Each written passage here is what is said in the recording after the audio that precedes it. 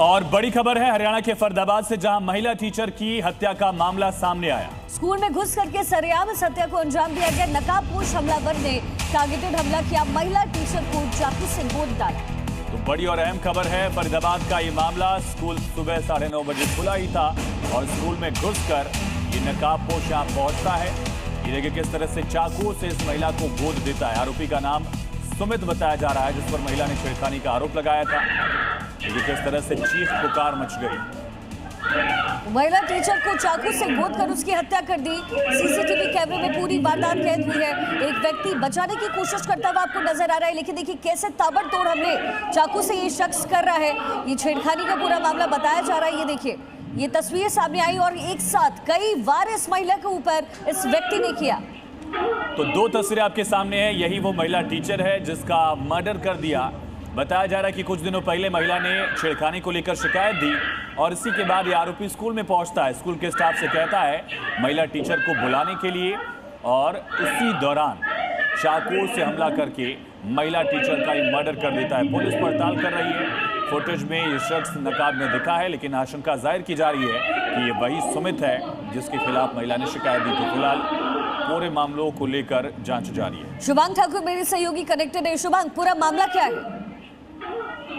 बिल्कुल, देखिए ये बीते दिन की घटना है। दिन दहाड़े एक प्राइवेट स्कूल में मास्क पहने पहले तो एक व्यक्ति ने घुसकर एक महिला टीचर की चाकू से हत्या कर दी और बताया, जो जानकारी मिली है, बेरहमी से धारदार हथियार से 20 से ज्यादा कई वार जो थे वो कहीं ना कहीं शरीर पर किए। उसके बाद वहां से मौके से फरार होने में भी कामयाब हुआ। जो महिला टीचर है उसकी मौके पर ही फिलहाल जो थी मौत हो गई, लेकिन उसके बाद जब उन्हें अस्पताल में ले जाया गया तो डॉक्टर ने मृत घोषित कर दिया। जानकारी ये मिल रही है कि ये 21 साल का एक व्यक्ति है अमित, जिसने इस हत्या को अंजाम दिया।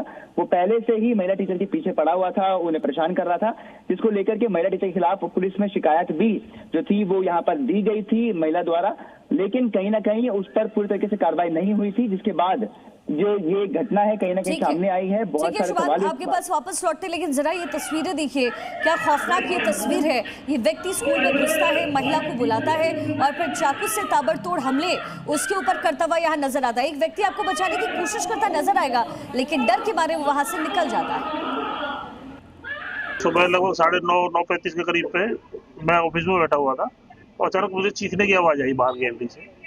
तो मैं वहाँ भाग के गया तो देखा कि वो नीचे पड़ी हुई थी और एक बंदा उसको बार बार चाकुओं से उसके ऊपर वार करे जा रहा था। तो मैंने उसे जैसे धमकाने की कोशिश करी, क्या कर रहा है, रुक जा। तो वो मेरी तरफ भी चाकू लेके दौड़ा। जैसे मैं कुछ ढूंढने लगा कि मैं उसके ऊपर मैं अटैक करूँ, तब तक वो अपना उसके साथ मारपीट करके जा चुका था। सीधा रुक करते हैं, हमारे साथ सहयोगी शुभांग ठाकुर लाइव कनेक्ट है। शुभांग, क्या एक्शन अब तक पुलिस ने लिया है और आखिर मकसद क्या था, मोटिव क्या था मर्डर का?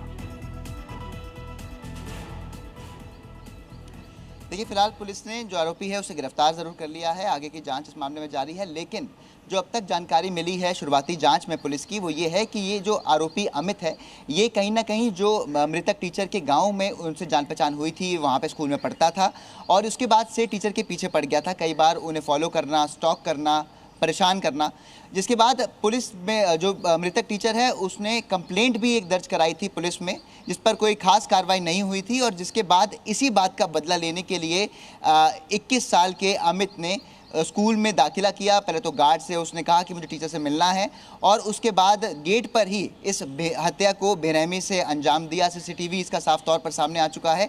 कहीं ना कहीं बहुत सवाल खड़े होते हैं स्कूल की सुरक्षा को लेकर के, और साथ ही साथ जब पहले मुकदमा दर्ज पुलिस में कराया गया था तो तब अगर कोई ठोस कार्रवाई इस मामले में की जाती तो कहीं ना कहीं ये घटना जो थी ये बच सकती थी, लेकिन किसी की भी शर्म यहाँ पर नहीं की गई। दिन दहाड़े इस घटना को अंजाम दिया गया और स्कूल में जाकर के ही टीचर की हत्या कर दी गई। और जानकारी ये भी मिली है कि बेरहमी से नुकीले हथियार से कई वार किए हैं, चाहे चेहरे पर, गर्दन पर, छाती पर, और उसके बाद वहाँ से फरार हो गया। जी शुभांग, स्कूल पर जो गार्ड वहां पर मौजूद थे उन्होंने मिलने कैसे दिया कि एक नकाब में शख्स पहुंचता है, वो कहता है टीचर से मिलना है, बस इसी बात पे टीचर को बुला दिया गया? कोई वेरिफिकेशन नहीं किया गया, ये देखने की कोशिश नहीं की गई कि उस नकाब के पीछे कौन है?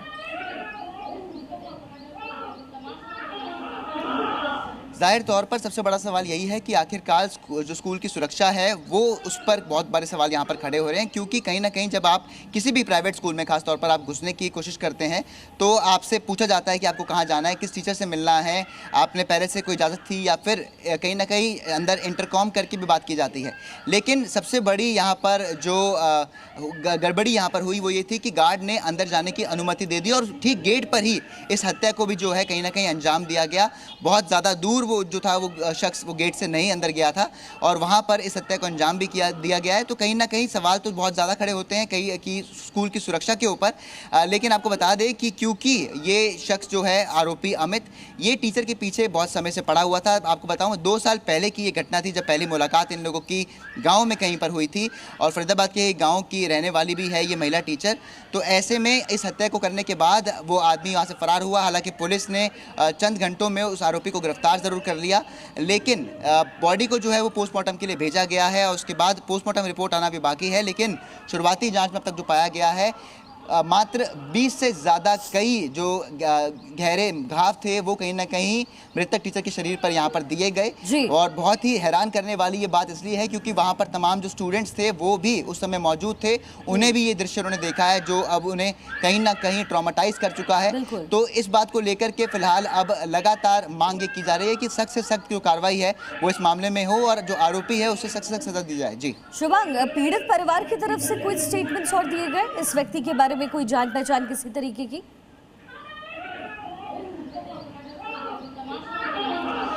देखिए, पीड़ित के परिवार से फिलहाल बात होने पर भी उन्हें इस बारे में कोई ज़्यादा जानकारी नहीं है, इस लड़के के बारे में कोई ज़्यादा खास जानकारी उनको फिलहाल यहाँ पर नहीं है। लेकिन जो पुलिस की जांच है वो कहीं ना कहीं अभी जारी है कि आखिरकार जो पूरा का पूरा 2 साल पहले का जो था वो भी यहाँ पर ट्रैक रॉड इस आदमी का निकाला जाएगा। कोई जांच पड़ताल आगे बढ़ रही। बहुत शुक्रिया तमाम जानकारी के लिए।